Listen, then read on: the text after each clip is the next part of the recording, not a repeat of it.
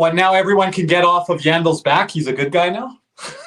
He's been a good guy. Like he's like Cody and I, we have to defend him all the time, right? On post-game shows. Look, man. Oh, you guys remember how bad Yandle was for us? Dog, I remember him feeding Mike Hoffman on that damn power play.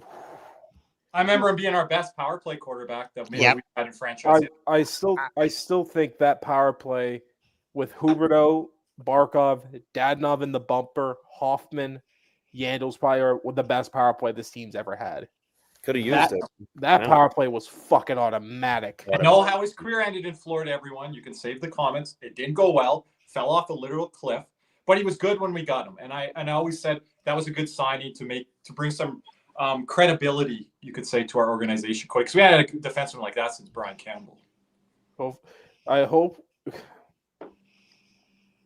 Oh, Domi. I was about to say. We'll get to that, but yeah. All right, Caesar, before we start, I want to give a shout out to our chat over the last couple of games here. We've had Cody away. Nick was away for one. It's been great live numbers. So they've really been the MVP here over the last couple of days because it's kept us busy with questions. And even some of the trolls in there. I don't know where you're tonight, trolls, but you might not be around tonight. And kind of to piggyback off of that, I met a couple of our biggest fans of the show. Shout out to, hold on, let me remove this. There we go. Shout out to Gabriel and his son. I met him the other day. Yeah. And another shout out to Ridge as well. Met him tonight. Super cool dude.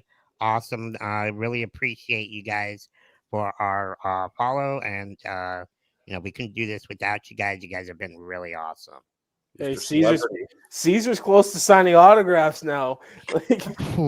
So many people have been coming up to me, Nick and I. No, but we really do enjoy it. Idiot shirts, you're going to sign autographs. That means Nick can finally get some motion going on, huh? Oh, well, this is after dark, I guess. But by the way, After Dark. I got some messages. After Dark wasn't here like this weekend. I had a very busy weekend, but we're here for the recap show. So we'll be back for After Dark when we got a little break here. Real quick, where's Biz? Hey, Biz, you've been talking shit this whole week. Hold on, let's get you. I haven't seen it. There you go. I haven't seen you, bro. I'm still waiting for the bet. What are you, chicken shit? It's 2-2. Let's go, bro. You were going to give them odds. Let's go. You were up 2-0. I gave you a chance to still make the bet, and nothing.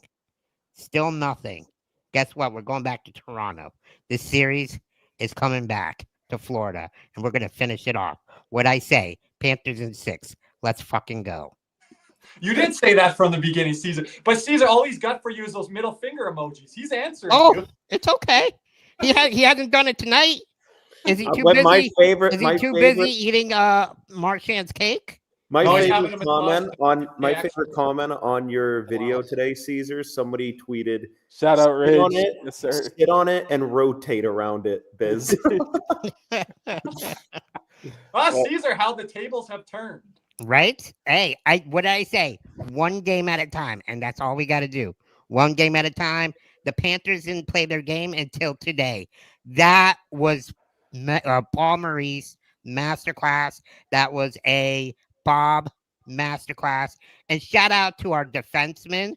That was a defensive masterclass. Thank you for finally playing good. Thank you. Some of the stats there, Caesar, that I had after 20 and after 40. Like, if you look at the numbers tonight, guys, not just what we saw with the eye test, but look at the numbers.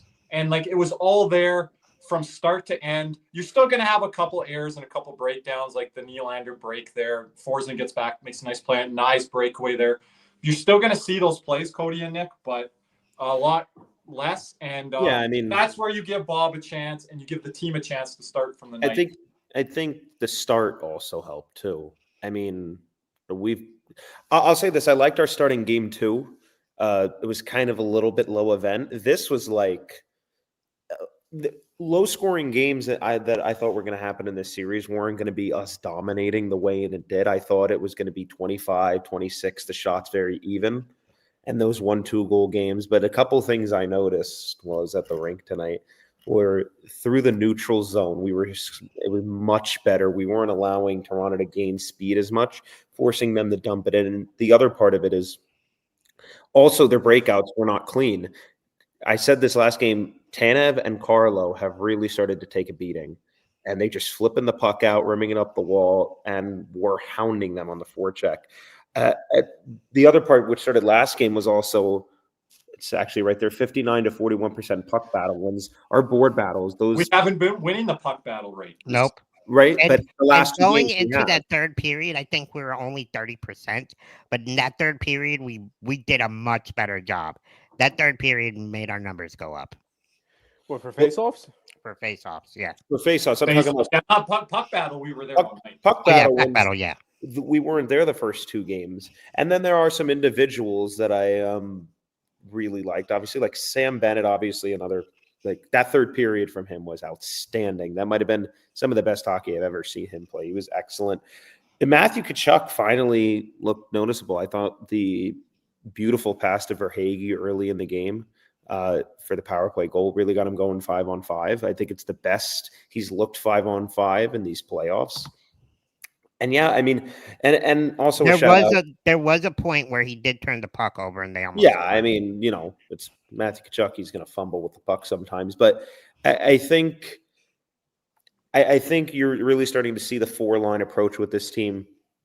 That switch that Maurice made with Rodriguez and Verhaeghe has really worked. I've liked Bennett, Verhaeghe, and Tkachuk together in the past. I don't know if you remember, Kirby, Cody, Caesar. Last year, when we went on our little skid, that was a line that was really hurting us. They seem to be reunited and playing much better now.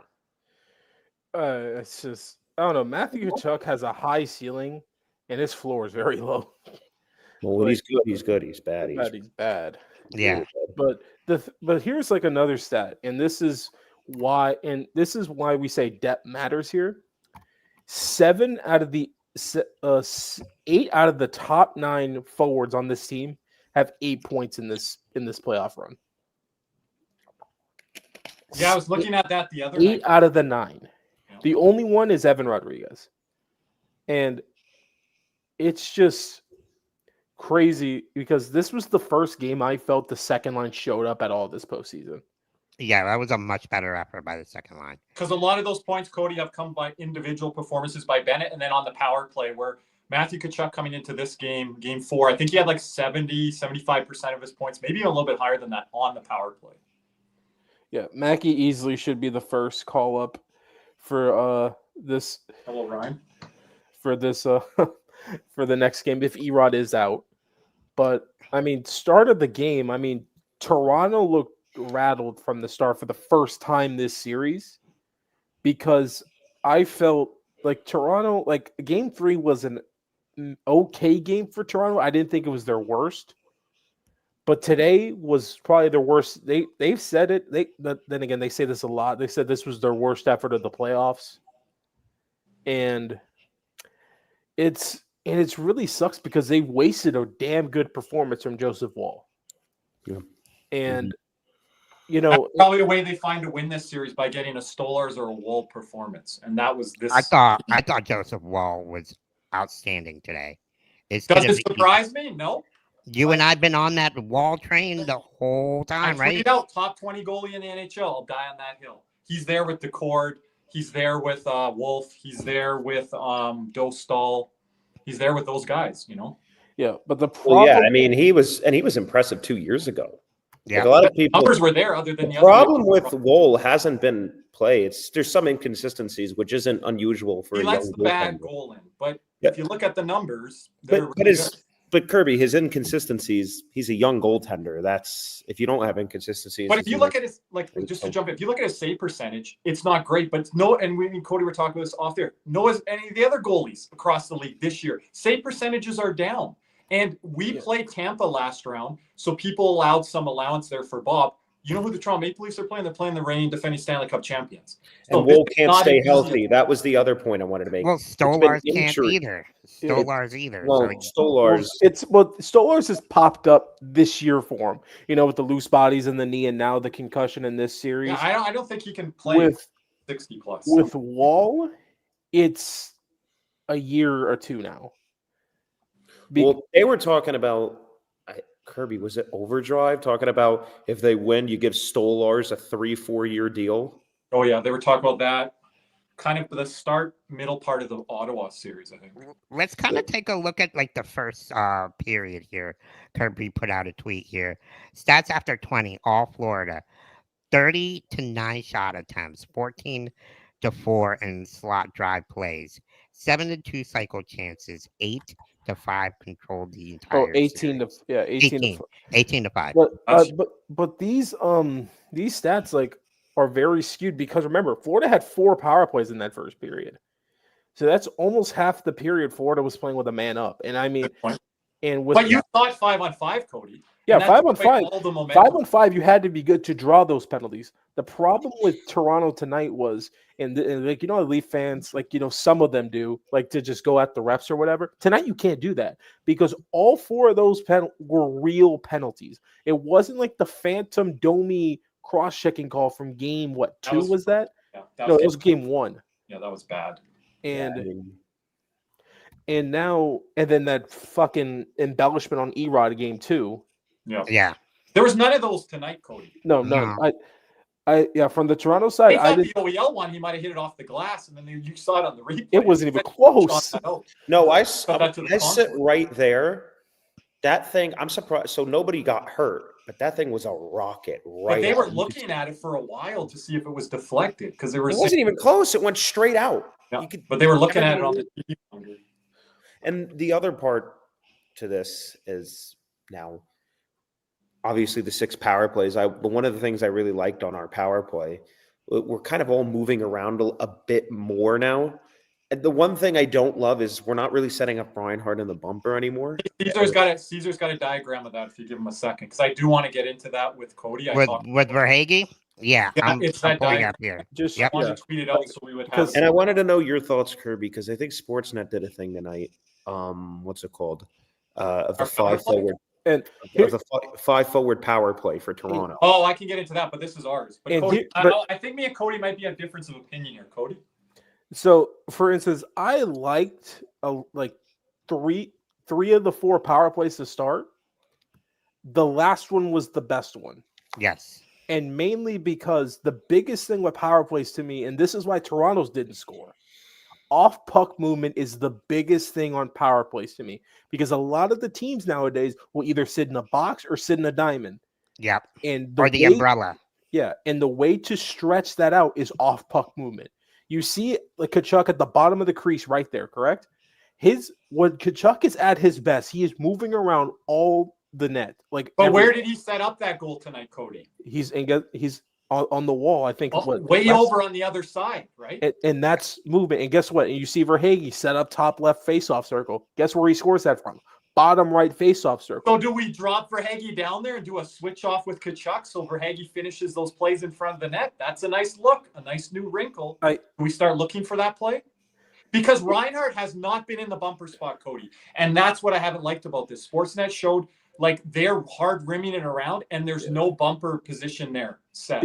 We're talking about the power play, Ryan, not the penalty kill. Power play. No, because you said the umbrella, the power play. The umbrella is a power play formation, not a penalty kill formation. Yeah, right. It's a power play. Yeah. But we haven't got Reinhart set on that bumper play, Cody. So we need more of that off puck movement. Yeah. And here's the best thing about like Verhaeghe kind of moving around here is if he moves around to the right side, that's his one-timer side. And that's how that goal was scored, off a 1T. And Verhaeghe in his time in Florida never really showed kind of like a one-timer type deal. Never really had to. But Verhaeghe's not good when he's high up there because he's never in a comfortable position to have that shot, Cody. Yeah. So him dropping down closer to the net area there, that's where he can finish, I think, on the man advantage. Yeah, but that's also credit to what Toronto's doing, because when Verhaeghe has the puck here, Toronto is crashing a forward on him and making sure he doesn't get a shot off or they're blocking his shot. But do you think we've got to our optimal best because we haven't got Reinhart enough puck touches? No, not yet. If we have the Reinhart bumper position, yes, then because that opens up Jones, it opens up Barkov. Because Barkov's getting a lot of guys in his shot blocking lanes, and Nick's probably noticed it from the rink. Like Tanis blocking a lot of shots off of Barkov. Barkov's firing the puck. His shot attempts have been through the roof here. Well, yeah, but they're not open shots. We're either missing the net because they blare up. Right, so it's like Tanev I think Tanev like leads the league in shot blocks as players. Well, But Benoit's up there too in the playoffs. Benoit's up there too. But it's like Barkov, he'll get it like off the feed from Jones and walk down the wall and like towards like the dot and rip it and miss. He did that like 3-4 times today, where it gets blocked. But I'm not putting on Barkov. I think they're closing that. No, I think they're doing a good Reinhart job. So you need to open it up a bit more. And I think the bumper, if you have to cover that, it can open some things up. But, I also just to jump in quick, Nick, what they're also doing, Cody, is they're hard rimming it around. We're not getting easy looks. We're having to do a lot of puck handling. No, a lot of what Toronto's doing is like they'll hard rim it around, and there'll be a guy kind of like on the intermediate, like part of the behind the net, to cut it off and send it right up the middle, because Jones is going hard over to the wall and there's a clear lane up the middle to just go at. That's how the Marner breakaway happened the other night. But we're not getting to that spot because we're being challenged around the rim and around the wall. We have to rim it around, and we're not getting to that puck because we're not getting it to the slot. But here's the thing with when we have it. Okay, yeah. But here's the thing with the bumper position with Reinhart. I think it could work if Tkachuk is not the one passing him the puck. Yes. Because the way you're going to do it is off puck movement once again, because here's the thing is, because if Verhaeghe scored now, they have to watch him now because he has 2 power play goals this series now. I think so. So he's becoming a factor here with the power play now. So the Leafs are going to have to cover for him. One from Tampa, but I know because Reinhardt's best chance this series was on the power play, but it was off of a broken play where he hit the crossbar, and that was game 3. Okay.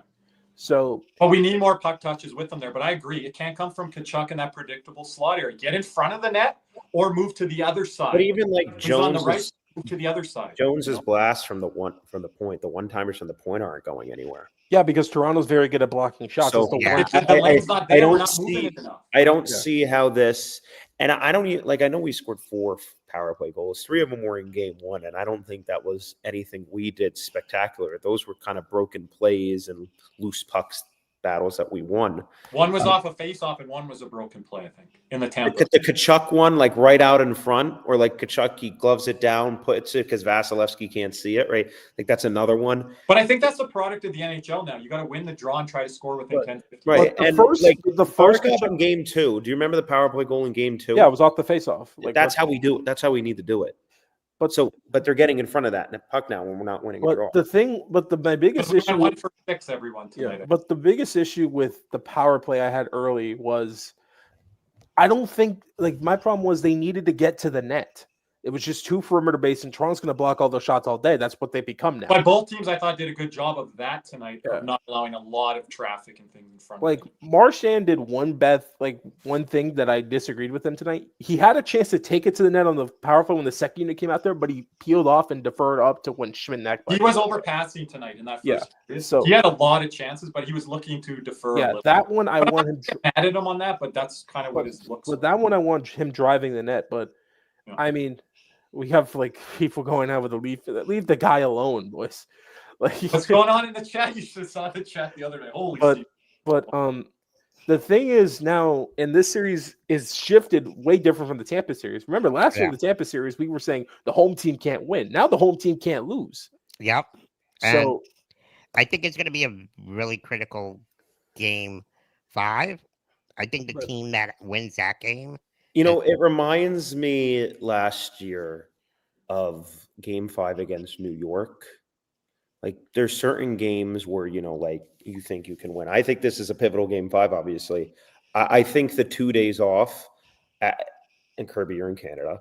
I think the media pressure there now is really going to, because that's all they're going to be talking about for the next 2-3 days. They're not going to be fair off. But here's the thing now, and this is similar. You're not going up 3-1.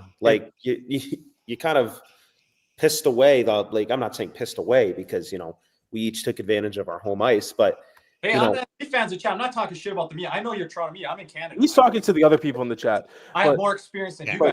I know what it's like. He's talking to people in the chat. But we've been giving Leafs credit here. But the thing is, the narrative now is it's the same thing with the Ranger series as Nick said. It's now this chat's going fucking insane. But, welcome to Toronto. but the thing is, with this narrative of this series, it's the same thing as the Rangers series now. Toronto has had their goalie show up now, and they've had their depth show up now. Yeah. Now they need the stars to show up. And guess they what? haven't. Mitch Marner, it's game 5, 6, and 7. Look at the Mitch Marner stats through games 5, 6, and 7. That'll make any Leaf fan lose. But here's the thing, Cody. I think this is a very similar series to the Ranger one in terms of how it's now. It's been different orders and how it's gone, but I think you take a look at the thing is it's not just going back up 2-2. It's like I think we found our game. Like I thought we did it late in game 3 and into today. Now you have to carry that over. But I think how we have started to play and how we found some different things, whether it be Rodriguez, if he's okay on the top line, you got the second line going a bit more. The defense kind of figured out. You got a game here from Bob that he could take forward with confidence. You have that fourth line, which the fourth line was getting pinned in the defensive zone a lot. You weren't winning a draw, and they were getting pinned in their own zone. And now I think we've established our identity, kind of chipped away at that defense of Toronto that Kirby talked about their earlier. fourth line was pinned in the zone. How about their first line getting pinned in the zone by our fourth line in the first? No. I'm talking about. Oh yes, I know, but right? I'm just adding that. Because everything. And by the way, that comment there from Jeff, he's a Washington Capitals fan. So Leaf fans, that's coming from another fan base. And here's the thing. And that change by Maurice was maligned. Like because he went back like, oh no, Shekatovic's career. What are we doing here? But that line has, I think that line is shown like they're not getting pushed around by the Leafs because they had a couple times where I thought they were going to get pinned in the zone. It was fucking. But can we just okay? Go ahead there, Cody. Go ahead. Like because. I thought they were going to get pinned in the zone. I'm like, oh, fuck. And it was second period, long change. And I'm like, shit. Like, they're going to get pinned and they might score here. And then they went in the other zone. Then they just turned that. Like, Nosek won a puck battle back the other way. And this is why I love Gadjevich. He's just fucking just nose deep. Yeah. I'm just going to play my game. I'm not doing anything fucking special. And here's the other part of it. Like, our fourth line in games 1 and 2, like Sturm, Samoskevich, Boakfist, it was getting bullied a bit. They were getting pinned in their own zone. They were losing. Their fourth line was better than our fourth line. Our fourth line is establishing the forecheck.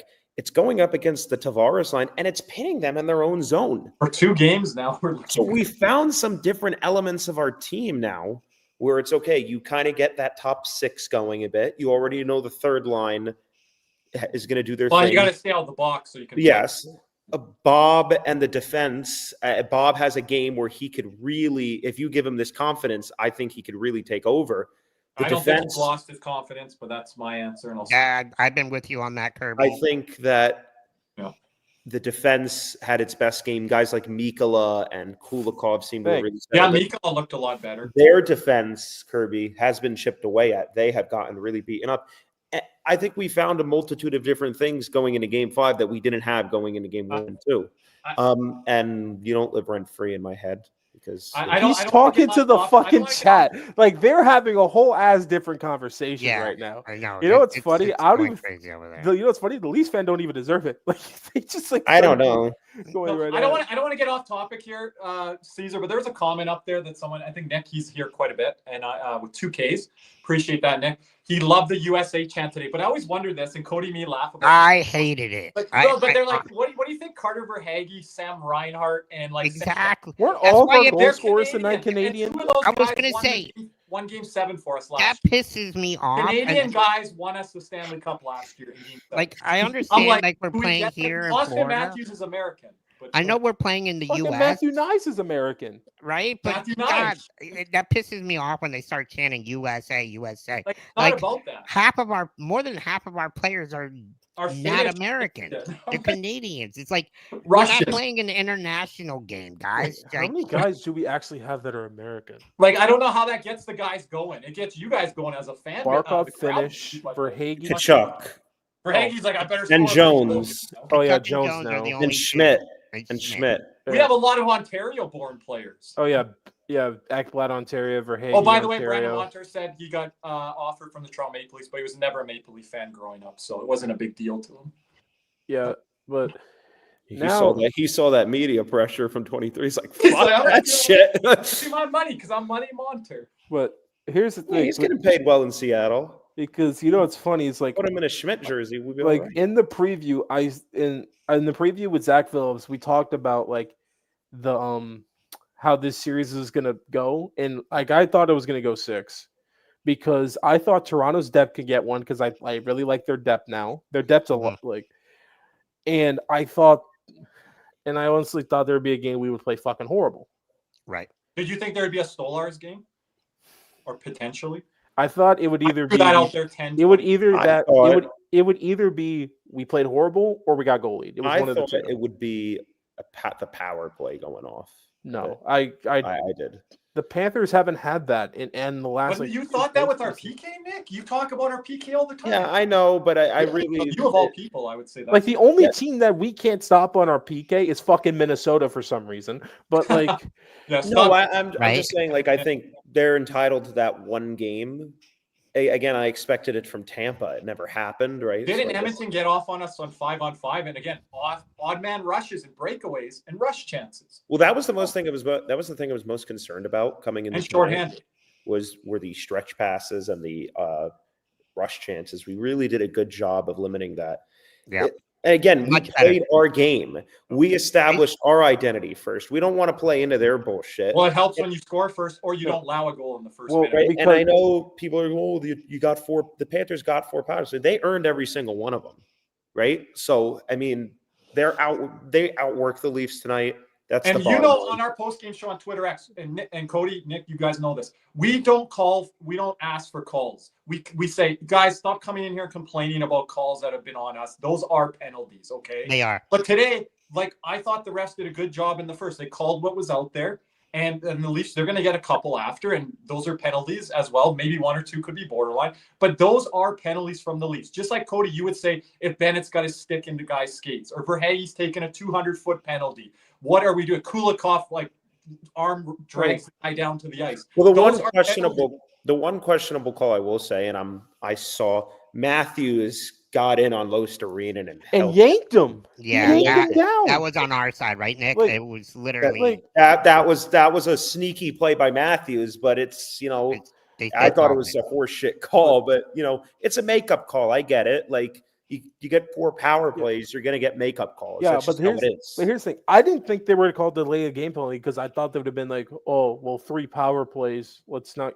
But when a penalty is like that fucking blatant, they have no choice because I think the refs in their head have like a 3 power play limit per period. A whole bunch of different fans in here.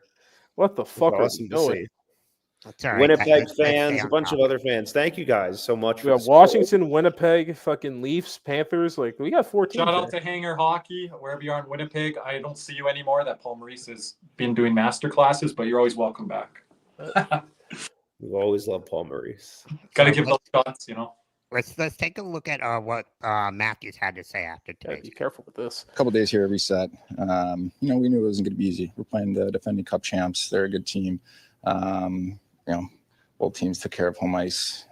So here we are. We just got to continue to push, clean up some things, get better in different areas, and going back on home ice, be excited about that.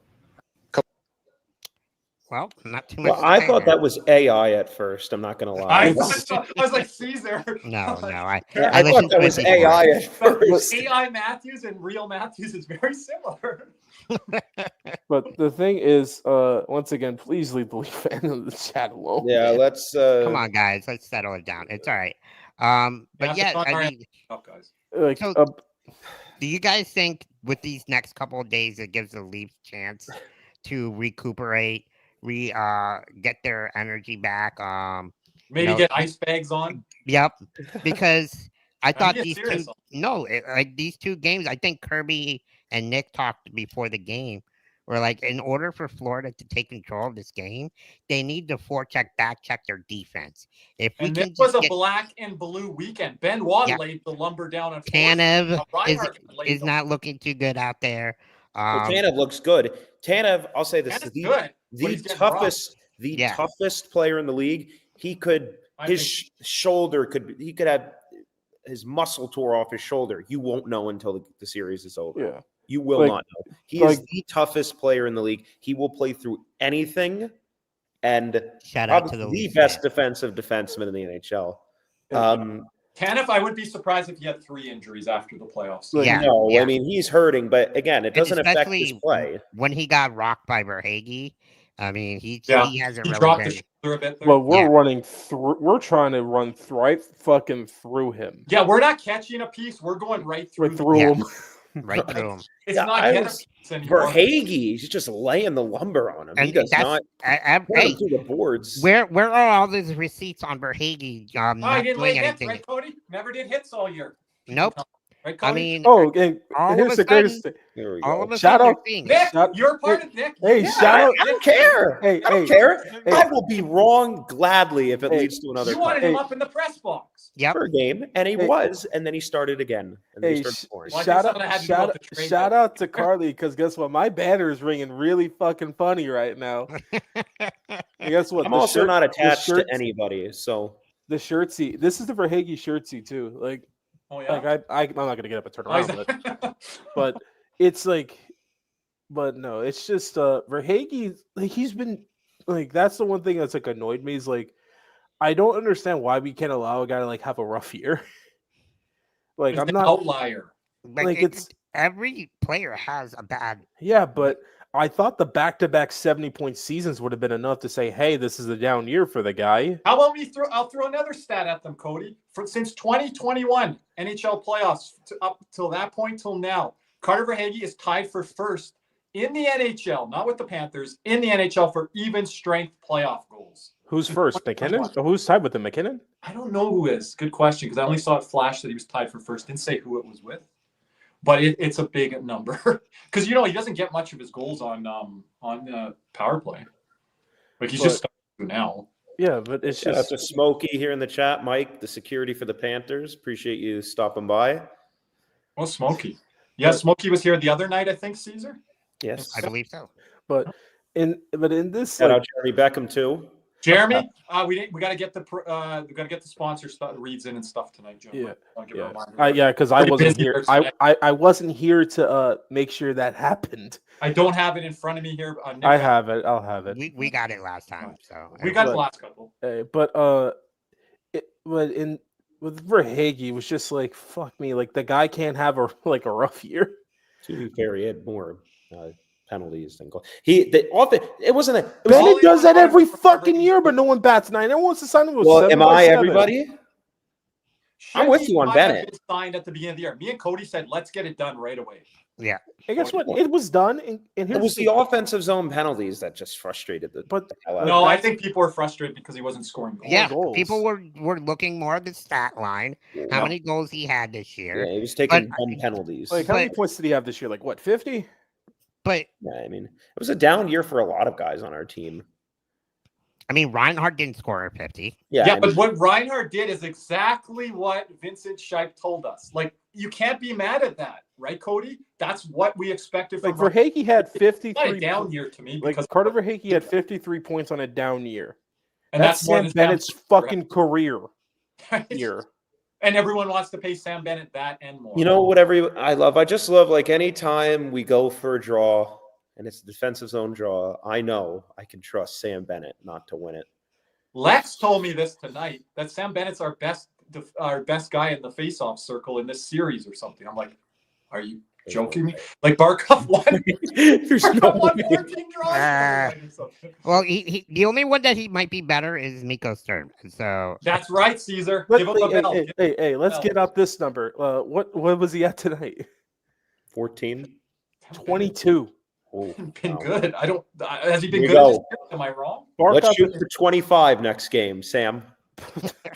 I don't ever remember Hey, Barkov scratching. Nico Sturm was 1 for 16 the last 2 games. You And said- that's why he's in are the you sure press on that, box. Caesar? He did go This one- is why he hasn't been in the game. This is why Paul Maurice ended up Who taking would want that guy? He was I don't Wow, know. Nick got me excited Nick, for Nico Sturm. Nick. Top 5 Hey, center. I don't know what happened to him. He just stopped winning Look faceoffs. at Nico Sturm. If you guys can pull this up, look at Nico Sturm's hockey. And I don't want to really get into it deep tonight, but we're talking about it, I guess. Hockey reference. Look at his draws in the regular season with the Panthers, with San Jose, and then the playoffs in Florida. It's just draws, then right? it's hit And like a truck, and other teams literally. Like we were thinking about this as a guy we could re-sign. I mean, I'm not paying Sam Bennett $7 million just to hit people. Why the fuck would I do that? But he has 5 power play or 5 goals in the playoffs right now. Woo! woo. You know, Anton Lundell, I think, leads our team in points. No, we have like 8 people tied. Do we actually? Oh yeah, because it looks like everyone has 8 points. Aaron Ekblad has 4 points in 5 games. He's making a case here for Money Montour's What record. is it? Anyone know how That many record won't be Canadians are broken, playing though, for will the it, Kirby? Panthers? Probably 60% of the roster are fucking I Canadians. think Forsling has 1 assist right now. Yeah, but How's Forsling- Jones doing? Like Jones has got a handful of points. Good for him. Oh, good. Yes, I got some message like, hey, Kurt. Here's some milestones from Jameson. Jesper Uh, Boldfist 0 0 0 0 0 minus 3 0 0 0. he has no hits. Let's see. Oh, 14 hits. At least he hit somebody. So 2 shots. Caesar, I'll read this off for you. At Jameson Olive from these stats tonight. Since 2023, Florida is 24-0 when leading after 2 periods in the playoffs. Verhaeghe netted his 5th career playoff goal versus Toronto. Ekblad with a team-high 25 minutes and 28 seconds of time on ice. Bennett with a team-high 8 hits, and Florida led 26-13 in 5-on-5 scoring chances. Now, what I like about that, our top defenseman in minutes isn't at like 28 minutes, Nick. Like Seth Jones was a couple of nights ago. Yeah, and people don't notice that, but it's not great either because that can start to wear you down too. But he's played good with a lot of minutes. Well, I think it's also coming into the system is hard enough. You're asking a guy to come in and be your number 1 defenseman right away. It wasn't fair. It was a tough ask of him. And I think he's been excellent. I think he's been our best defenseman this playoffs. Maybe not a high bar because our defense. And I don't think we have a number 1 defenseman. Let's put my top 5 in the bottom real quick just to remind everybody. Because I saw y'all's. I didn't see mine. I'd put yours on. But I just want to remind everyone. My X factor might get scratched. Who had Seth Jones in? No Nylander though. No Nylander though. But Tavares has had 2 goals in the game. And I got Seth Jones in my X factor, I think. I don't know if you've been in that. I had McMahon. In my X, he's been bad. No, we haven't talked about it yet. We'll get to that a little bit later. Hey, I'm liking my 1 and 2 right now. Oh, and at the end of the night, Caesar, we're going to talk something non-Panther. Yep. I got you, bro. I got you. Wait, what are we talking about? The Marchment thing, if you got that ready. Yeah. Oh, okay. Cody. It's not going to be the way that Cody thinks I'm going. I think Cody we need to give him the screen for 2 minutes just to let him talk about it. Cody will like it. Wait, how many points does he have this postseason? He probably played more. He probably has more because he played more games, but Alex Petrovich got his first in the playoffs. Yeah. Former Panther. I think Mason Marchment has 3 points this postseason. Etu Luostarinen has fucking 8. Like, let's get this shit, baby. Yeah, that won't get broadcasted a lot, Cody. A dub for the narrative. Let's go. You had a chance to pick him last round, and you didn't pick him in your top 5. So yeah, no one mother would have picked him. I said, pick your boy Etu. He laughed at me. He said things are going to be going really bad if Etu's a top 5 player. No, I said it would be Jordan Martinook levels of crazy. Yeah, and you're like, it would be really bad if he was a top 5 But player. you underestimated the Marchment. Brad Marchand. Brad Marchand, what a player, man. Happy birthday to him, Brad Marchand, by the way. I know Biz is celebrating. I'll say this right now. I know Biz is in Atlanta somewhere celebrating it. I told Kirby this. He doesn't want to come anywhere near Big C's. Yeah. Head down south, Biz. Is this Ryburn texting this? What the fuck is this? Get on my face. No, not answering that. Like, dude, I'd rather have Caesar line 1. Like, Caesar could get some good deflections off the chair. Hey, I'll be in front of the net. You need to roll over somebody's foot. Roll their foot or their skate? I don't give a fuck. Oh, sure. Accidentally tripped some guys out there. There we go. But Let's kind of get into one player who did leave the game today. A hit on a former, or a hit by a former player of ours to the one and only Carly's and my favorite player, one of our favorite players, Evan Rodriguez. What did you guys think of this hit? I didn't. Well, they didn't really show it too much at the rink. I didn't think it was. I mean, I didn't really think anything of it. I mean, I don't think it was a hit to the head. Clear interference. It was clear. Yeah, clear interference. interference. I don't think it's egregious or malicious in any way. But do you guys think Rodriguez? Yeah, does he get the butt end of his stick up? Can you play it real quick? I kind of disagree here. It wasn't malicious. I can't tell because it's This was fucking malicious, dude. What do you want it called? I guess you give him 2, but like. But how can you call it malicious if it's a 2? Because it just They seems did like call it a 5 because but then he's staring at the puck and Erod's not even fucking touch. It's not even like. He's very lucky that I don't think there was principal contact or head contact, because if there was, then That's a game. If that's it's a contact to the suspension. head. It goes from 2 minutes to a clear suspension. Like, yeah, I think. But I don't think you could call anything other, Cody, than a 2 minute, or like if you call I it think he a just minute. loses his balance, but he doesn't even hit his head, does he? Oh, he hits the bottom of his chin, maybe, but I don't think he hits his head. I don't really think. Why, I don't really think OEL bumped into him and Rodriguez lost his balance. Like I don't really think it's. Oh, so you're at the other end of Cody. No, I don't really. I mean, you know what it reminds me of? middle. Remember last year, Letang bumped into Barkov, and Barkov went flying into the boards.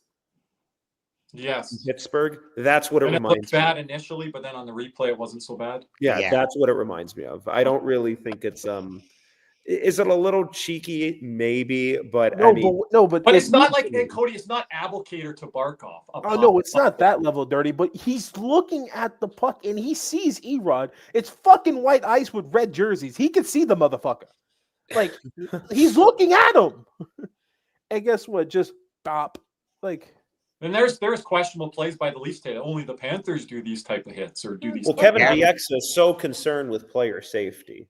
He's so concerned with player safety. Because I just hate hits like that. Yeah, I hate hits like that. He sold so hard he never came back into the fucking game. Yeah, I mean, I hope he's okay. Maybe he hit his head. Again, I don't know. Bieksa did get rung by Bennett in the Calgary Vancouver. Yeah, but Bieksa will go ham. Will say the Domi hit's fine, but he'll go ham on Nick Cousins if he does that dumb shit. We got Marchand's mom in here. The Leafs are ready to blow another series to my boy. Go Panthers. It'd be funny if that was actually his mom. Or just Brad Marchand himself. Hi, Brad. Happy birthday. Why the fuck would he be here? Because he wants to be the ultimate troll or the ultimate class clown. Damn. Ilya Labushkin has the same amount of points as Barkov from behind.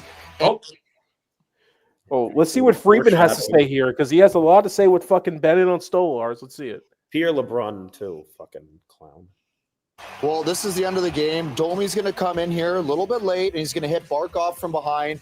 And it's not a great hit, but honestly, it's also one that you don't apologize for. This is the end of the game. You just lost both. I'm okay with that. I'm of the school of don't be an easy loser. Don't go down easy. Go down swinging. Go down, obviously not condoning hitting from behind, but I like the mentality of let's go up there, Blake. Let's scrum it up, and let's go down with a fight. Well, if the roles were reversed, what's going to happen, right? Yeah. If Florida's down in that situation, there's going to be some type of scrum going on. So I agree with you. I think it's great. I mean, obviously you're not advocating for hitting guys from behind, but just to show that we're here, this isn't over.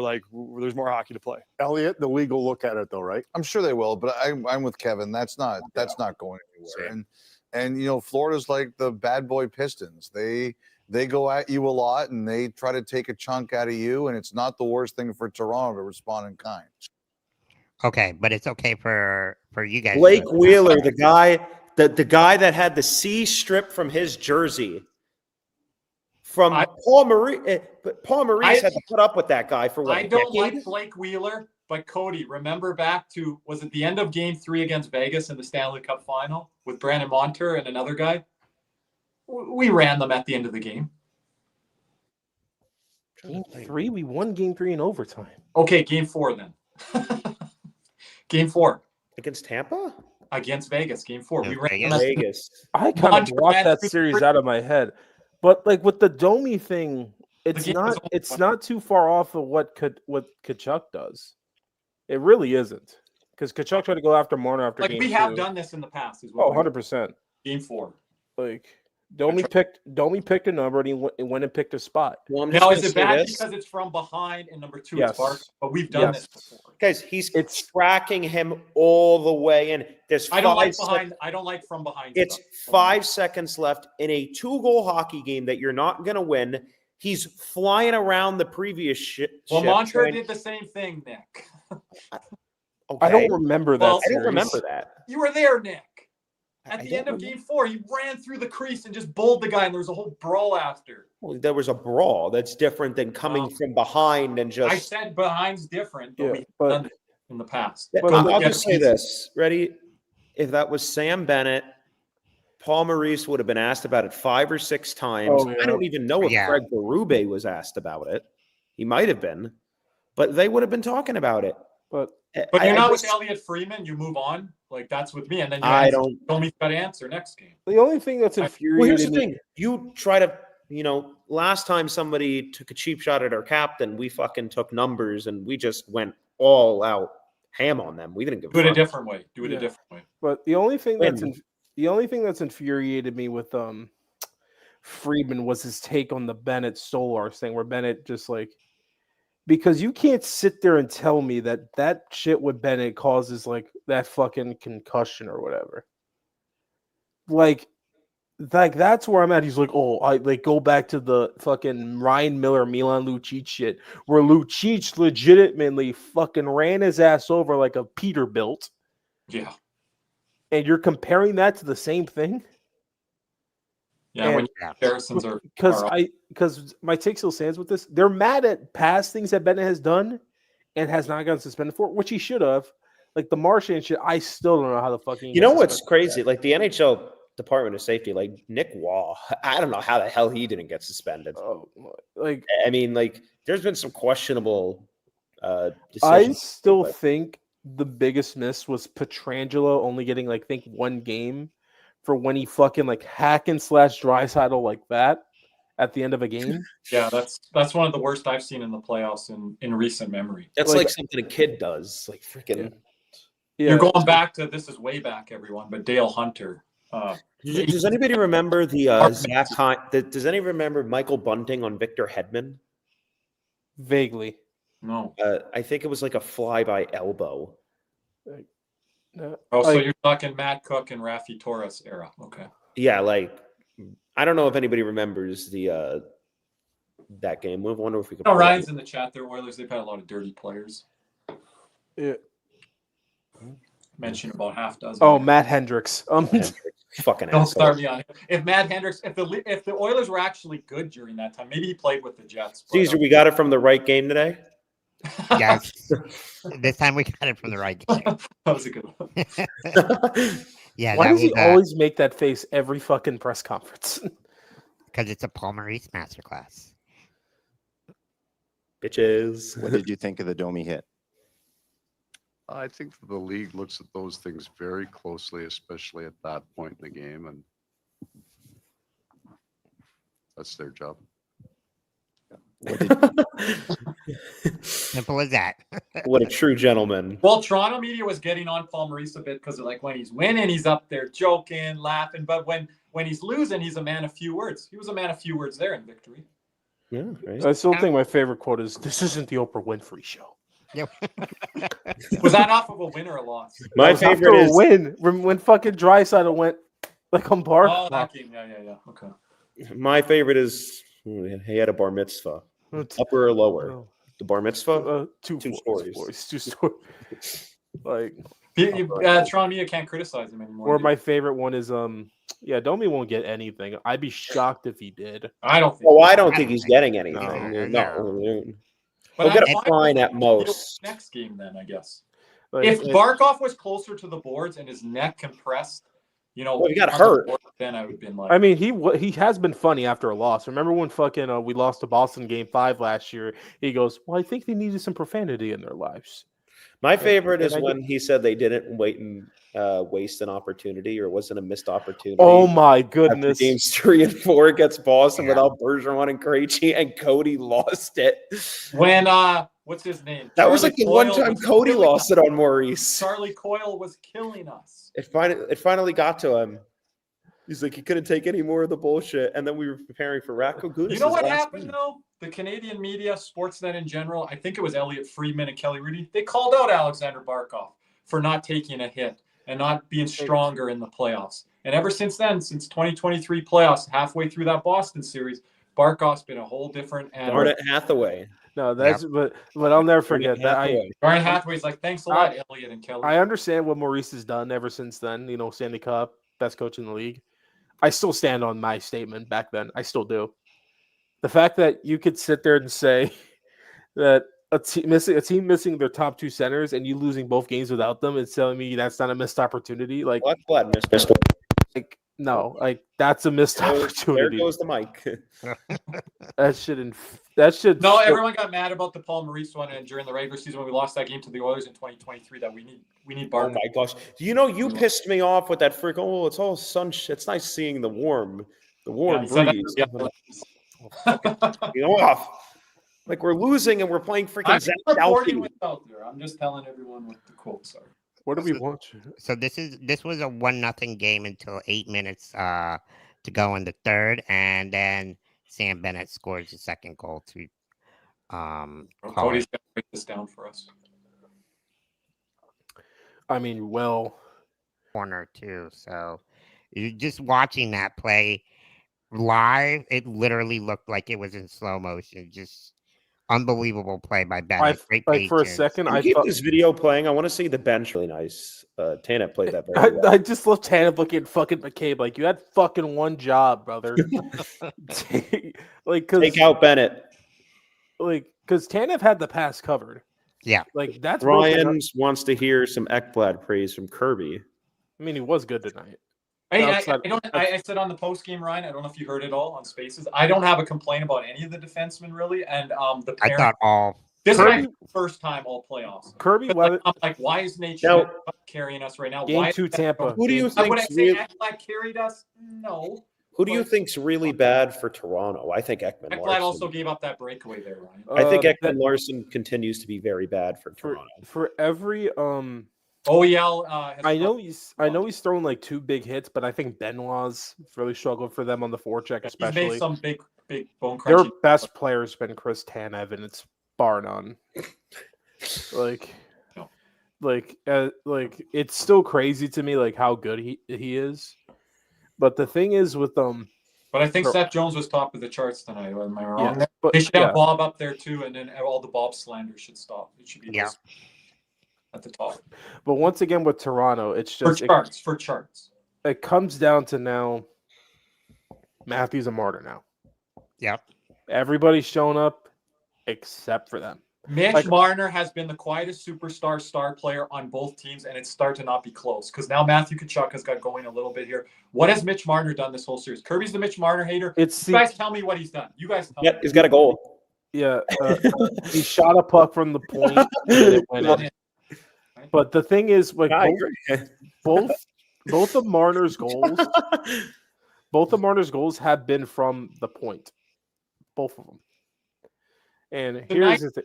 Oh, just want to jump in. Tonight, Sportsnet said, what great defensive plays by Mitch Marner. 3 of them. 2 out of the 3 at least. He shot into Panthers knee pads, and then they're going back the other way. What a great block shot on this. Covering the empty net on a 6-on-5. Getting back. I'm like, Mitch Marner blew up the whole play in the first place on the power play by putting it right into the Panthers shot blockers. And we have Antonio saying Matthews' wrist might be broken, but how many times is he going to be hurt every time we get to the fucking postseason? But Antonio, you're not wrong. It is his wrist or is it his back? It could be because here's the thing. Remember we played him. It was his wrist then too. Well, the first time we played him. Last year was the mystery illness. This year it's the wrist and back again. like Cody, I'm not making allowance for Matthews, and I don't think even you are anymore, but he has been better defensively than Marner. But it gets to a point where Matthews, you have to find a goal. Yeah, but somehow. Like that Bob, like the one like when he's on the doorstep with Bob, he's got a pop. Yeah, and Bob just goes snatches it. Like, and everyone's like, that wasn't a good shot. It wasn't a bad shot. That's where they're game planning for. But I think it's more Austin Matthews just not finding a way to score. But when you're Austin Matthews, no shot should be a bad shot. Like, right. Like there are certain guys where the rule does not apply. Like Steph Curry, NBA, no shot for him is a bad shot. Even if you're missing a lot. Yeah, like that's the thing with Matthews. And it's like, and here's the thing, like he could be good defensively, but here's the thing. Look at the other side of the ice. Alexander Barkov has been just as good defensively, but guess what? He's potted 2 goals. Yeah. And a power play goal. It's just like that's the difference he right got now. A point tonight, didn't he? Yeah, I think he got an apple on the first goal. So he did that back pass to Tkachuk. Yeah, but what a pass by Tkachuk. Thankfully, like Tkachuk either throws grenades or rainbows. People are gonna forget this in this game, but Tkachuk made 1 or 2 bad turnovers before that, and after that pass play, he was just like a new player out there, and that was some of his best 5-on-5. Yeah, that gets him going for some reason. And it's just now it's like with Toronto, everyone's shown up now. It's just now games 5 through 7. This is where superstars are made. Look at Mikko Rantanen last round. He got fucking clown games 1 through 4. But games 5 through 7, 11 points in 3 games. He's still going, man. That guy is so good. I cannot believe people actually thought he wouldn't be good in Dallas. Like that was fucking. Well, remember we were talking about we don't want to go for Hagee or is this guy a playoff performer? Is this guy a McKinnon merchant? This guy's out of here. This guy, and I said it on the trade deadline live. This guy's the greatest playoff performer in the NHL currently, and you're seeing it again. I would like. I mean, he's just ridiculous. I mean, in my opinion, he's better than Tkachuk. And I'm not saying that in the moment. I said it at the time. I think he is better than Tkachuk. Antonio mentioned how many shots on net. I think Ryan had tonight 7. I'm like, I don't even know if he was 8+, and that's a scary thing for the Leafs. How many shots did he have missed the net? He was around the play, but he didn't finish on any of those. So if Reinhardt's finishing next game, oh boy, like what are Matthews and Marner doing, right? Like at least he's around the play a little bit more than those two. And very close. He's hit a couple crossers. Remember we gave Matthew a little bit of allowance when we played them last time in 2023, Cody, because he had a lot of crossbars in that series. 3 or 4. But this time it's not even. He missed the fucking empty net game 1. Yeah. Like it's just best opportunity. Or tonight. But with Rantanen, it's just like he's been. No, he's so fucking good, like he is so good. I still every time he scores, it hurts a little bit more. Like I don't think this is just our fan base problem, but I think it's a lot like every fan base problem. I think a lot of fan bases overvalue their players. Oh yeah, because the fact that there are probably didn't at least the ones that wanted Marner traded for Rantanen. Like there are what? There's part of them. 7 guys on this team I wouldn't trade for Mikko Rantanen. If they got Mikko Rantanen and got rid of Marner and Marner Carolina and then I wouldn't trade Barkov. I wouldn't trade Barkov. I wouldn't trade Lundell because center, it's really hard to replace Lundell. That's just the main reason for it. I wouldn't trade Reinhardt. I wouldn't trade Tkachuk. I wouldn't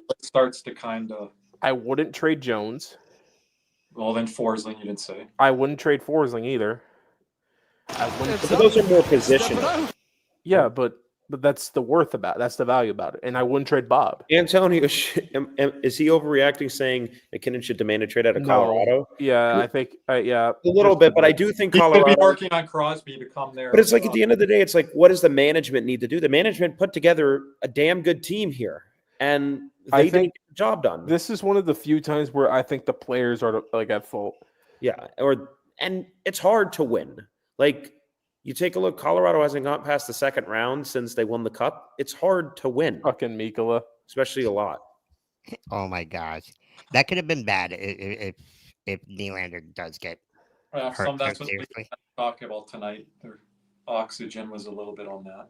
Yeah, and I still think the most poetic thing about the Rantanen trade, the power play goal that eliminated them, and a part of the Rantanen package fucking took the penalty.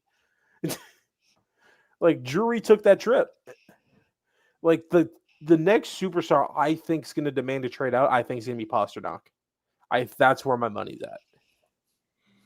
especially in 2 years where his salary is like kind of like more manageable because of the salary cap going up. I think Pasternak's probably the next big superstar out.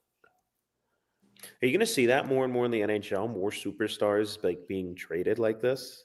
It's starting to become like you see NBA. it with Eichel. Don't want it. It'll never be close to the I NBA. didn't No. know that. But it's like you had Eichel originally, and then Kachuk and Huberdeau at the time. Massive. I don't know because of trade protections. True. Like, I guess players can dictate where they want to go. Players right? have too much power. I'll even say with the no movement clauses, and I'd like it to go back. But I think I think that's the right amount of power for the players, because if too many of them were getting it. Yeah, like say what you want about Mitch Marner, he's going to be leaving. Like you see a lot of these superstar players. You're talking his level. I'm talking guys below a level or two below Marner getting MMC clauses. I'm like, give me a break. Pierre Engvall, your favorite guy. Oh, does he have one? Oh, yeah. But wow. that's not even one or two levels below. But that is the GM's fault, and that's the GM's fault, not the player. But what I'm talking about is like I don't think like the only time I see a player stronghold his way out of a team was Dubois, and he's and like I can't think of another player.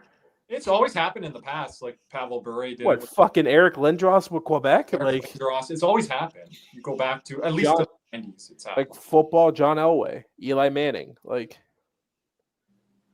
2-time Super Bowl champion Eli Manning, by the way. Bullshit, man. Not talking about that tonight. That'll be for Caesar. Anyways, are we wrapping here soon? For first, like we got to get to the Marchment thing, and before we move on, let's hear from our sponsors. Go ahead, Cody. Oh, I actually don't have it pulled up. Let's hear from our first sponsor, Caneswear. Panthers fever is here. Are you geared up? Caneswear in Davie is the place for all your Florida Panthers needs. They have the latest gear for our favorite NHL team. Jerseys, polos, t-shirts, hoodies, hats, and more. Caneswear has you covered. Stop by their store in Davie or at pantherswear.com. Again, that's pantherswear, WEAR.com for all your Panthers gear. And let's hear from our other sponsor at Jeremy Beckham at Becksells FLA. Hey, Panther fans of South Florida and need real estate help? Check out Jeremy Beckham with Next Home Treasure Coast.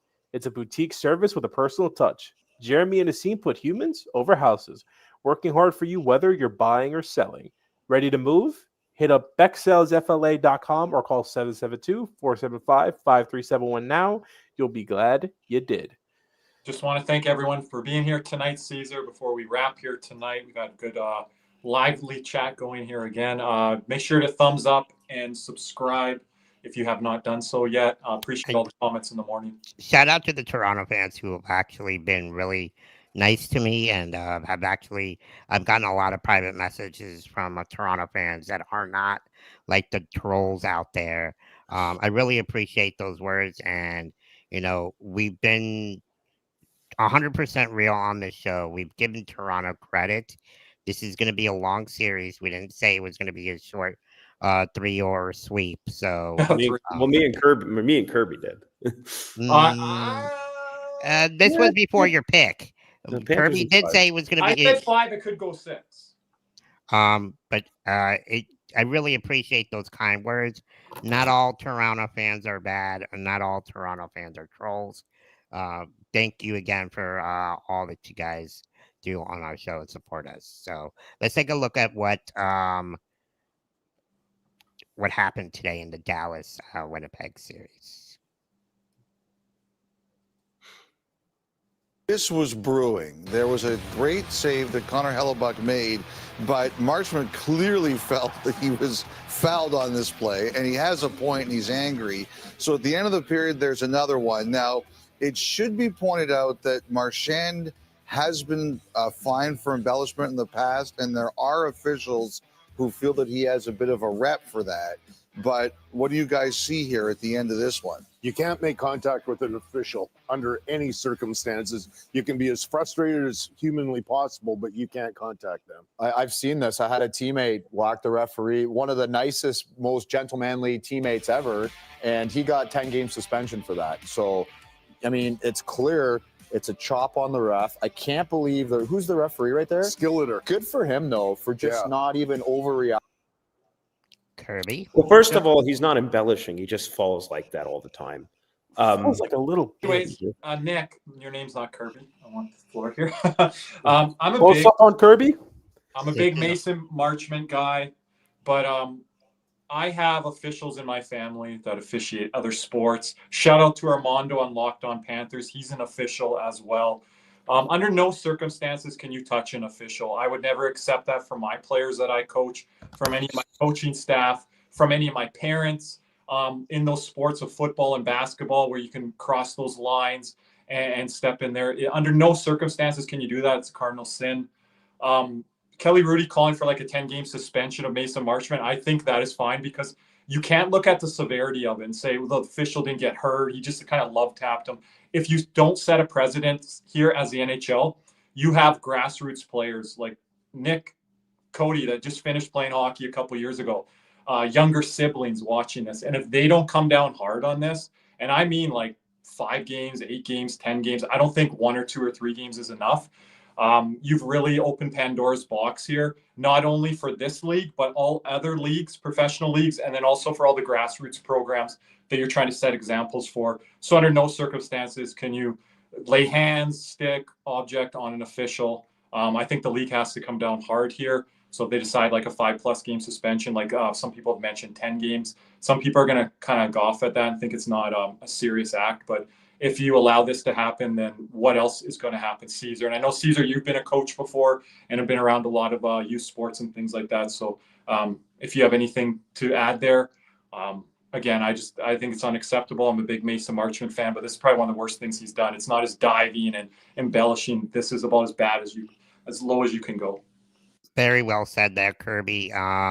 Yeah, you know, it's under no circumstances should it have happened. I don't care how bad or how frustrated you are in general.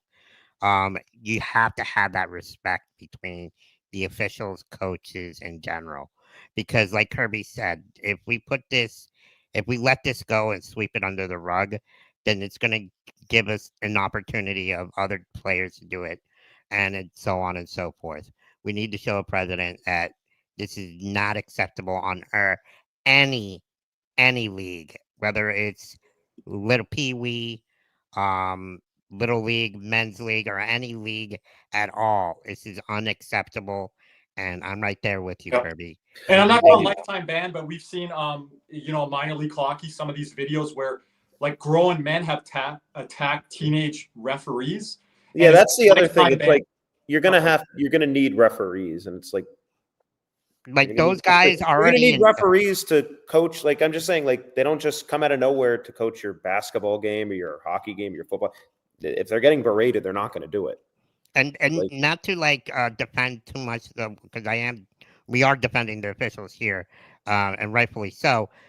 But the scrutiny that they get home, what they get when they come home to their families, a lot of hate letters they get. Lulu says they already said he's not getting anything. Wow. I haven't heard that update, but that's crazy, Lulu. So wow. I have the tweet pulled up here from Elliot Freeman. I know he apologized after, but it was kind of half. From Elliot Freeman, and I quote, "League has discussed the incident at the end of the second period between Mason Marchment and referee Graham Skilleter. It is the on-ice officials' discretion to call that penalty if it is abusive officials. The answer was no, so no further action has happened." That's crazy. I actually do not believe that. Because to be honest, you do not believe what? That's crazy. I mean, he got away with it there. He got very fortunate. He's lucky Skilleter let it go. What if that's Chris Rooney? He's going to go up to him and almost grab him. What if that's Saint Laurent? To that, what if that's Saint Laurent? And so what gets off because this official didn't react to it? Basically, yes. So I mean, it's not like I remember Dennis Weidman. Yeah, that's the guy. He got suspended, right? What was that? He got that was bad. He just went. Was it 5 games or 7 games? It was originally like 20. I think it originally was 20, but it got Levy down. Yeah, give me a That's Weidman. good. That's good. I'm surprised I forgot that one on the spot, guys. Thanks for The Dennis Weidman one. That was like that was intent. Just like that was like he, what? one he was was more severe. he but was 25 games, I think. you he can't was judge on the severe of the injury or he was initially suspended for 20 games. Yeah. And and I'm not even asking 20. I just said 10 here, but yeah. 20 to 10. I mean, that's. Yeah, but the I don't. Weidman one- Ellie Rudy was saying that. You heard it there. Like, that's I why. I think Mason Marchment gets very fortunate there. I think he should call. He apologized, and it looked like he was still complaining to the official after. Like, you missed 2 calls. One was bad. One was like an embellishment, and he was still complaining about it. It wasn't like, and you're going to get off at the end of the day. It's like, wow. I don't. Yeah, I don't like the decision there. We'll see the fallout of this tomorrow. That's crazy. Just keep bitching, Mush. Keep bitching. But anything else, gentlemen, before we kind of go? Any key points? I think I have anything else. We're going to try to get a podcast episode early middle of this week. Yeah. All the series update. I mean, Vegas Edmonton 2-1 here. It's a big swing right now with the injury to Calvin Pickard. Edmonton, Toronto had a chance to go up 3-0, and they were that close. Shout out Stuart Skinner. Pissed it away. And didn't he say I gave the team an opportunity to win? I have no idea. I don't care. He said he had How about that Washington? How about that snooze fest? The Washington. worst second round series in the last 5 years. I said watch out for Carolina. They're playing the best hockey right now. I'll take that loss. Washington. I told you guys, Carolina, no joke. Washington, Carolina. Carolina's shout out just to Jeff in our community. Carolina's just stuffing Washington defensively. I mean, they are cutting down all their rush chances and all the offense that they got in the regular season. But I don't think Washington. I know, like, they don't have the firepower that some of these other teams have. But to me, I think with Washington, they're playing every second night. Ovechkin's 39 years old, and some of these guys that don't have experience. You can't just go on a run and not have that experience. There's only Carlson's. I know that, but it's like they don't have the firepower that these other teams do. They have a bunch of guys on problems. They had it all year. You have problems with Jets as well. I mean, I hate New York Jets. I hate the New York Jets, but we usually beat them. Jets, the New York Jets, the Winnipeg Jets, we have our hands full with them. But Dallas, the way that I guess you could say Dallas and Carolina, how they've been playing. Carolina's been doing it since the beginning. And Dallas is doing this without Robertson and Heiskanen. Yeah. I don't get it. I don't know how, Charlie, you're going to have the answers for me. How is Connor Hellebuyck so fucking bad on the road? I don't get it. Like, his home and road splits are ridiculous. It's crazy. Like at home, he's a brick wall, but on the road, he's fucking dog shit. I mean, Jeff, I feel for you too, because Carolina, they're a bit of a wagon at home. Yeah. Like, I just think it's one of the best crowds. With Carolina, you just need players to break through their defensive mold. You can't give Carolina a lead early because they'll suffocate you, and that crowd gets going. Yeah, but that's what we against Carolina. Yeah, and I also think the age of Washington, like, they don't have that game breaker, right? Like, they don't have Ovechkin's getting pushed around. It's not like some of these other teams. We don't have a number one defenseman. We do it by collective unit. Washington might not have that number one guy at this stage of like Ovechkin's career. But neither does Carolina. I mean, I guess you could argue Slavin. Well, Carolina doesn't. No, but they collectively, to find goals, they're going to have to find ways. But the way that they're playing right now. Tomorrow's going to be the first time I actually get to watch a Carolina-Washington series. Yeah, I want you to tell me. Because I haven't been able to watch them. Like, they've been like on bad nights for me. And you guys think Slavin's a 1? He's damn near 1. He's the best defenseman in the league. No, bar none. I disagree with that. 4 Nations prove that. To everyone that me and Cody were trying to tell. Try to tell y'all Slavin's a different level, big dog. I think I still have Tanev above Forsling as of right now because of track record and stuff like that. Ryan just said he hasn't watched a minute of that Carolina Washington. Is that true? Ryan, you better go watch those Logan Thompson goals yesterday. You're the goalie guy. You tell me. Here he's having a fun time here tonight. Well, I'm having a fun time with the goalie community on Twitter X. If you're not following me there, I'm all over the goalie. Chikrin's not close to a 1. Get that shit out of here. Oh my gosh. He's not a 1. Who? Chikrin. He's Chikrin's a not a 2-3. 1. He's a 2-3. He's Montour levels. Yeah. Like, are you picking Chikrin or Montour? Because I'm checking Montour every day of the week. Probably, yeah. Yeah. Montour playing for Team Canada right now, trying to get that credit. That Team Canada, that blue line. Whew. Mackenzie Weegar, Mike Matheson, Brandon Montour. Hello, Florida Panthers. Do you want to really include Mike Matheson in that group? I don't know. Maybe not for the Olympics. That might. He's still playing on the contract we fucking gave him. So, I mean, yeah. He started at 2, then went to 4, then went to 6. He said, how about 8? I want to be a Panther. This has been his career, kind of. It's been like, I don't know, but I don't know. He kind of had a good year this year. I don't love the guy's game, but you gotta give him some credit. Anything else, gentlemen? Big game 5 here. Like I said, the game 5 is probably the most pivotal game of any series. Who does the rest favor? Because we're starting to play well. The Leafs now have to sit on this, but then they get to rest some of their bruises, here, because I think they're banged up. I think it favors Florida because they do go on the road. Because if I was Florida, I'd go a day early. I wouldn't fly. They can simplify their game coming off of this game that was pretty clean, I would say. So just replicate that. Yeah, and like Florida. Are you guys worried about some matchup things that they might do? Are there any lineup changes coming for Jimmy Toronto? was asking us about that on our Spaces X pre-show. It's a great question by Jimmy and all the different matchups, but don't the Leafs have to search for the matchups right now, Cody? We can throw things at them right now. Because with the way our fourth line has been better now. The matchups have kind of shifted, and now that the Lundell line's been matched up with the Matthews line now. Yeah. And then the one thing the adjustment that Florida has really made is what Toronto killed Florida with the first 2 games, including game 3, is when Florida tries to get on the forecheck and try and keep pucks in the offensive zone, Toronto's had a late forward, like a forward kind of sneaking out of the play. And Ryan says bring in Reeves. What else can they do? Hey, Nick Robertson, maybe? I don't know. Nick Robertson. Ryan gave the Leafs the credit at the best of days. Cody, do you remember when Nick Robertson first came into the NHL and in the bubble, and everybody kept saying the 19-year-old Nick Robertson? They've been talking him up That's for the guy fucking forever, and he's like not. That was a meme on Twitter. It's like, how old is Nick Robertson again? I'll make a prediction. Maybe they scratch a Bobby McMahon here soon, and they go to Nick Robertson. Can they fucking trade the guy so he can go get some playing You know who time they should somewhere else? scratch? They should scratch Holmberg. Like, And do you guys think Stolarz makes an appearance no. here soon? He's not. Not the way that Wall's been playing, and then the injuries still. I think it's.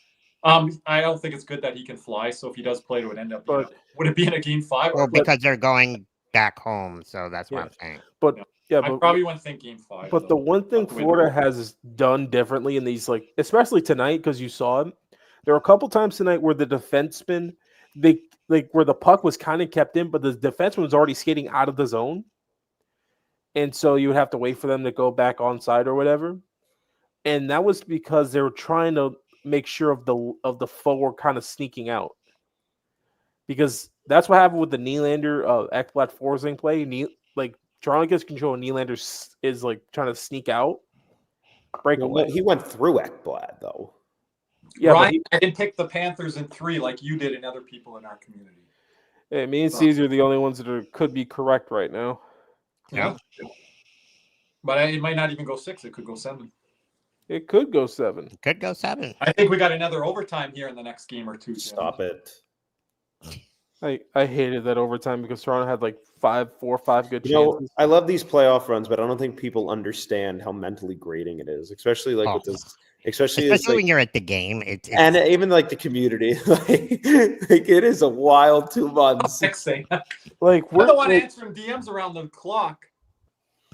Like, Lulu with cats and 6, but the thing is, like, I had to do this again. Hold on. Shout out to the Holy Water. fucking pulled it out of his ass. Like it's No. crazy. Or that was game 3 or 4, Cody. But no, but with Toronto's adjustments, I don't know if they can make much of any. Like they play harder.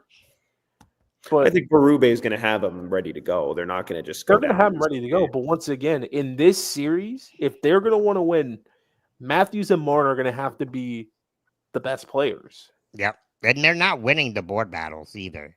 Well, they're starting to lose them now. Yeah, because their depth guys got off now, and that's when their depth guys are kind of starting to teeter like this now. Yeah. Because remember, why did Max Pacioretty decide to perform when he left Montreal? He didn't want to do anything in the playoffs for Montreal, but now he wants to do shit against us in Toronto. You know, he wanted to come play for us last year. Yeah, we were one of the teams, and then we picked Okposo. Yeah. Which was the right pick, to be honest. Yeah.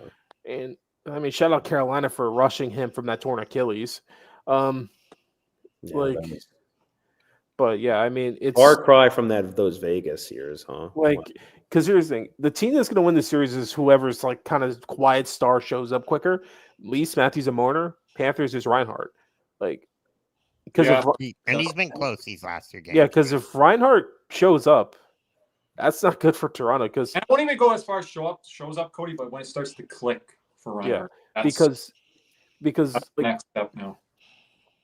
Like a far cry in and he's close on some of those shorthanded opportunities and things like that. That's backbreaking if it happens to Leafs. Yeah, Wool made a really nice save there. The glove save. Yeah. But I don't really know what his best play in game 4 was the shorthanded work and things like that. I think R was too. Shout out Tomasz Nosek, man. He's been playing good. Kirby. Everyone relax. How was he on? Cody, Nick's getting so excited with this. Matthew, keep it up. Are you talking face-offs? Yeah. He was like 20%. Not a good I'm night. just talking his general play, but he got kicked out 5 times. Yeah, but we won a lot more board battles, so the face-offs were more lopsided than last game. But since we won a lot more battles off of the face-off, it didn't seem as bad. Yeah. So I'm just really pissed off. Ready to wrap. I'm really pissed off about Nico Sturm or whatever. It was only a 4th. Who gives a fuck? Yeah. All right, but signing off. Thanks again, everybody. Don't forget to like and subscribe. And see you guys on Wednesday. And as always, let's go Cats, baby.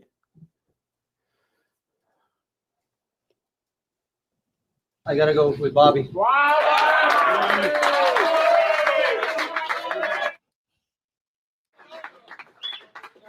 That was fun. Let's reset, refocus, and do it again. What's up, Cats and Rats fans? If you enjoyed that video, be sure to hit the like and subscribe button before you head out. If you're listening to us on Apple and Spotify, make sure you leave us a 5-star review. And just like always, let's go Cats.